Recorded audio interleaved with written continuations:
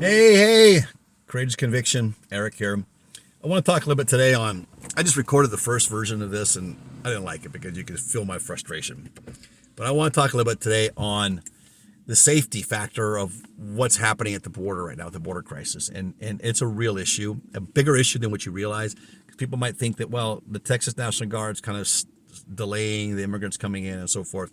Well, to some degree, but they're still coming in. But what happened is they just moved on down to the Democratic blue states of New Mexico, Arizona, and California. And they're coming in by the thousands every day. Okay. Now, my experience I had, and I've told this before, had experience with a member of the Relief Society of Presidency in my ward. One day I was explaining what type of people are coming across the border illegally. Remember something, people. I lived with these people for 20 years of my life in Latin America, 20 years. And I lived 100% of the time. It wasn't like I went and visited. And I studied ancient cultures in almost every one of these countries, extensively, except for Venezuela, because of safety factors. I couldn't do much in Venezuela. There wasn't a lot to study anyway. But I wanted to go I like to drive through and spend weeks, if not a month or 2 months in a country and go back 2, 3, 4 times. So I can get a good, and I talk to everybody. So I get a good feel of the culture, right? Current culture, as well as I study ancient culture. Here's what I want to get to, the safety factor. General Morona, and I said General Morona because he was the captain of all the captains. He was the chief captain, right?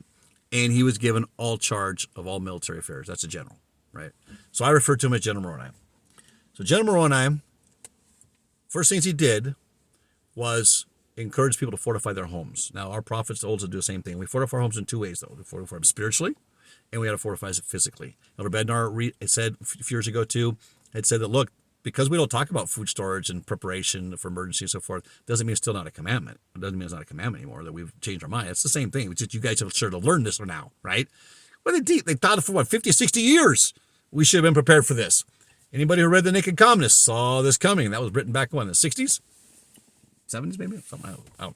Anyway, safety. In Latin America, this is how I lived, and this is how we're going to live here too. Okay? This is where it's going to go. Because what you have now is you've got Venezuelans on TikTok, and you may have seen this already. They're taking people's homes. They go into your home when you're not home, or if you're not there, it's a second home or something, they'll go into your home, and they get in there, and the laws are changing, especially in New York. They change the laws. They changed a lot of these laws during COVID so you could not evict people, right? Don't think they already knew this was already going to happen. Play this out because it's kind of funny. They're coming here now and they're being told to go and take properties. And then you've got this Venezuelan guy coming out. You've probably already seen the video. I don't even want to put the video down here. Maybe I should. I'll put a video of another video because I know these type of people and it makes me sick to my stomach to look at this guy and listen to him because I used to listen to all the crud I have to put up with them down there when they discriminate against me being American because they don't like Americans down there. You go down there as a tourist. Okay, great. They're taught how to shine you on, especially in Costa Rica. Costa Rica is one of the biggest lies that I ever experienced in my personal life. And I lived there for 12 years. It's a facade. It's a lie. It's a game. It's a very dangerous country, by the way. So if you want to think about taking off on your own, women get kidnapped, raped all the time down there. They get kidnapped and they take their body parts and sell them. Younger women, teenage women. Not a safe place to go by yourselves, people. Costa Rica and Panama or Nicaragua or Venezuela. Maybe El Salvador might be safe to go to now.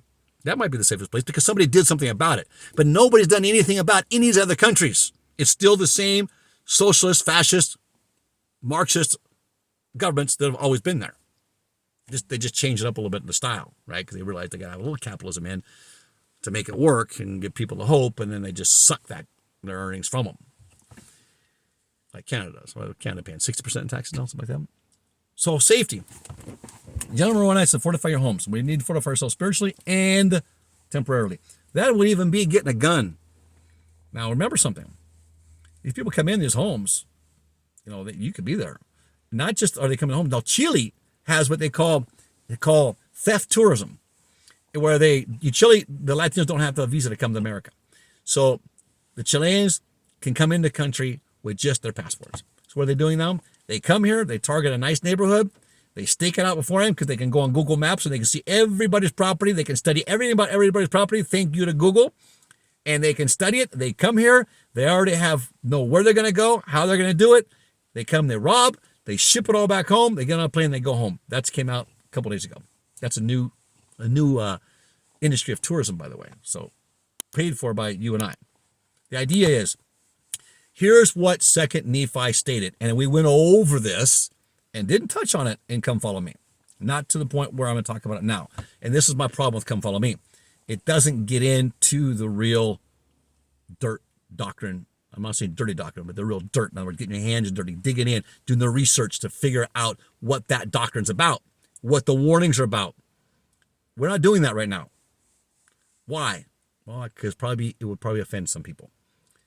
And that's too bad that we're worried about that instead of just defending the truth. That's going to get worked out. I'm not worried about that right now. I have faith that the Lord will work it up because I know this gospel is true. I know the Book of Mormon is true. And I can't go anywhere else because of that book. I know that for a fact. Now, in Latin America, you live around your home, but my daughter could not go outside and play with her friends, okay? If friends came over, they'd stay in the yard, a gated yard. I'm not talking about a fenced yard. I'm talking about a gate, a high fence with a gate. Well, you got a gate. A high fence, I guess you should say. A gate, I guess, opens and closes, right? But a high fence with electric wire and cameras and alarm system. And let me tell you something. They still got in my house. They still got in my house and tried to kidnap my daughter. And luckily it was foiled. There's a miracle behind that foil. But it was time I came home. And now I'm home and they're coming here. It's incredible. I came home for safety and I have no safety. So here's what's going to happen. The Venezuelans now have a TikTok video and they send it out to everybody saying, come. Many of these states don't have police. The police, or it's in certain areas, the police won't come to certain calls and the police will not evict you from a home or take you from it. It's a civil matter. And these laws now that are protected renters during COVID are protecting any of these immigrants that go into your home, because once they get in your home, they don't have to leave. They don't have to leave, and they're taking their homes. This one was bragging about, this Venezuelan was talking about how they've got 7 homes already. He and these black Africans from black Africans that have come in now too, and they've just taken 7 homes over people's homes. You and I, we own them, and then we come home one day. These people there, we call the police up, and they go, no, we've been here. They rented this house to us. We have any paperwork? They don't even ask for paperwork. It's a civil matter. If they say no, they told us we could be here. Then the cops go, well, we can't do nothing about it.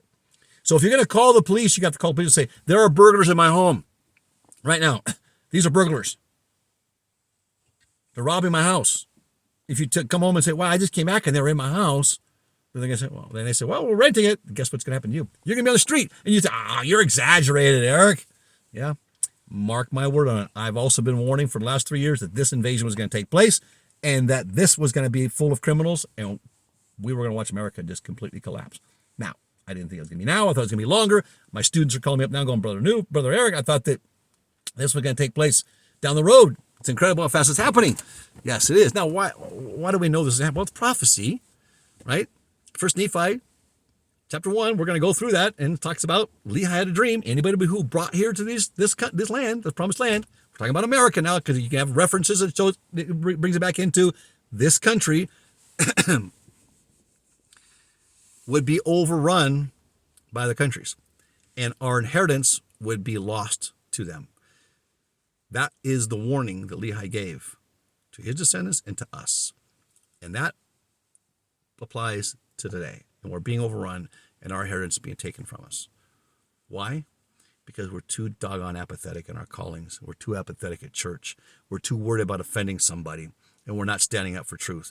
Our Lord and Savior Jesus Christ always defended the truth. He never backed down from truth. Now, did he go after the politicians? No. He went to the people, the humble people that he thought that would listen to him. And the politicians came and found him.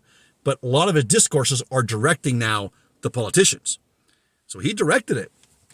There's times when everybody around him left, but they weren't even, he turns and says to his apostles and says, are you two going to leave me?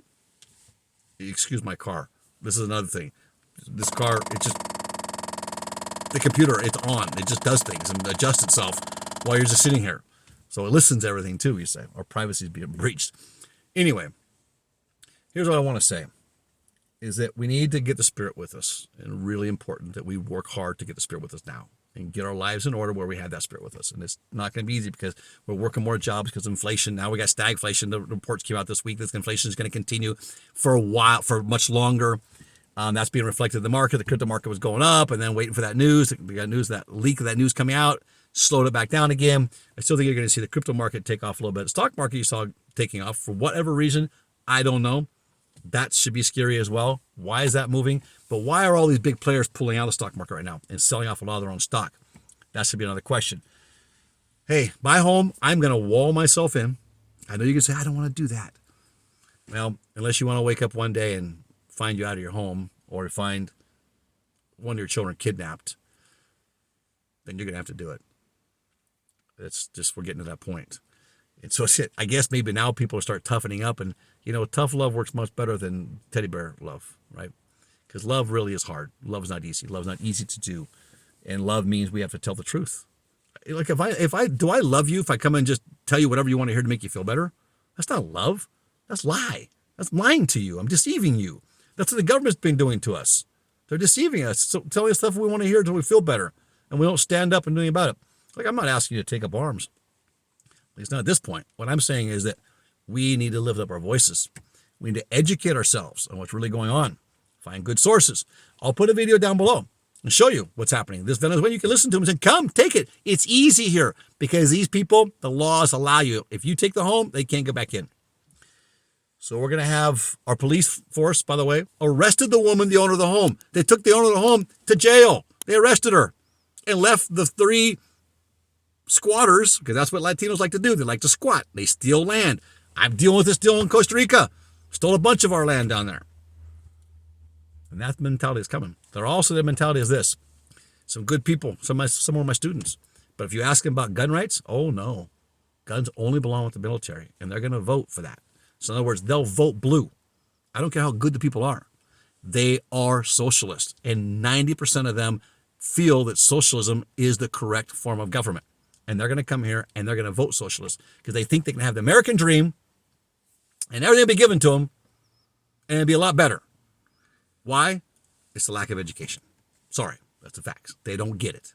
They don't understand. They don't know what the Constitution is. They don't understand the need for guns. They don't get it because they think the government will take care of all their needs. And the ones that realize the government won't take care of it, it's survival of the fittest. They're just going to go take it for themselves. And they'll come for you too. Don't think you're outside of that box for no reason at all. It's coming all around you. You just can't see it yet, but it's soon to be in your town and in your city for your own special viewing. Courageous conviction. We stay convicted. We stay courageous. We stay righteous. But we also need to be very stoic, and we need to be very principle-centered, not by emotion. And a lot of our decisions we're making right now at church are emotional. This woman in Relief Society caused problems for me because I simply said we need to teach the Latins. We need to go out and get these people because many are coming here to destroy America, not to make it a place for all of us to live in. They want it for themselves, and they think that we should be gone. They think this is their land. Okay? So keep that in mind. And I got in trouble for that. I did. I got my hand slapped pretty good for just saying that. It's like I was discriminating. Those poor people, those poor Latinos, they're good people there. I said, yeah, great people. Go on down there yourself and wait till they come for your home. Hopefully not. There are some good people coming, but they aren't coming here illegally. They'll come legally. And there still needs to be a vetting process and a way we bring them into our culture. DeFi, we'll see you guys in Courageous Conviction. We'll see you guys in the next video. Please give us a thumbs up. Subscribe, pass this video along, and I don't want to scare anybody. That's not my point. My point is being that we need to be firmer. We need to educate ourselves. The reason we're not firmer is because we're not educating ourselves. And Fox News is not going to educate you. I'm sorry. That's part of the whole game. Fox News is not your source, your resource for information. What you want to do is seek out for yourself. I'll put a link down below of this video. I don't know who this guy is, this podcaster. I know the video he's putting on there because I've seen the video actually, personally, and come across other sources I listen to. And if you guys want to know information about sources we get information from, ask me. I'll put the links down below. If you want them, I'll put them down. I'll write them to you and send them to you. You can DM me. It's really important we become knowledgeable and we become active. Active in our callings, but also active as a citizen in doing our work to preserve liberty so that the Lord's work can go forward and touch more people. Otherwise, that's going to get greatly restricted because the idea right now is to censor all things that are counterproductive to the progression of this leftist woke agenda. And one of those is religion. Just read a bumper sticker, by the way. Talked about fascism is going to come in a flag with a cross in it. So the American flag with a cross in it is fascism, is what they're preaching now. Christianity is fascism. I saw a bumper sticker, American, a veteran, saying that this country was never Christian. Wow. This country was born on Christian. Just goes to show you the ignorance of the left. They stand and fight for something that they don't have no knowledge of. They're completely wrong because they don't study. They just go with what's told to them or what's put in their heads. So please don't be one of those babbling idiots. Be one that's going to go out there and do something for the Lord and build his kingdom. Now is the time. This is his kingdom, not just the church. The land here too is his special chosen land. We need to get up and we need to defend that land. And we can do that with his right type of love, a Christ-like love. Now, that's a stern love. That's not a love that just allows anybody to do anything and walk everywhere. It's not an unconditional love. That is a love that has conditions to it. I love you unconditionally, but I can't accept you or have you around me or in my kingdom if you don't fulfill that condition, that standard. And that's the doctrine, like it or not.